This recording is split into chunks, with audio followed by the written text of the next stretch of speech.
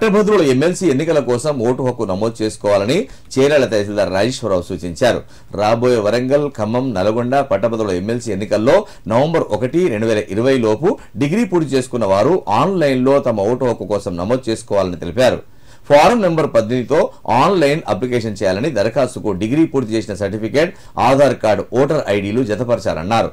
అనంతరం అధికారులు ఎంక్వైరీ చేసి అప్లై చేసుకున్న వారు స్థానికులు అయితే ఓటు హక్కు కల్పిస్తారని తెలిపారు. సిద్దిపేట జిల్లా చేర్యాల మండల కేంద్రంలోని తహసీల్దార్ కార్యాలయంలో ఆయన మీడియాతో మాట్లాడారు. ఎమ్మెల్సీ ఎలక్షన్స్కు ఓటర్ జాబితా తయారు చేయడం జరుగుతుంది కాబట్టి ఫారం 18 మీద 1 నవంబర్ 2020కి ముందు డిగ్రీ పూర్తయిన వాళ్ళు, అంటే 1 నవంబర్ 2023కు 3 సంవత్సరాల ముందు, అంటే 1 నవంబర్ 2020కి ముందు డిగ్రీ పూర్తయిన స్థానికులు ఎవరైతే ఉంటారో వారు ఓటర్ జాబితాలో పేరు నమోదు చేసుకోవడానికి ఫారం నెంబర్ 18 మీద ఆన్లైన్లో అప్లికేషన్ చేయాలి.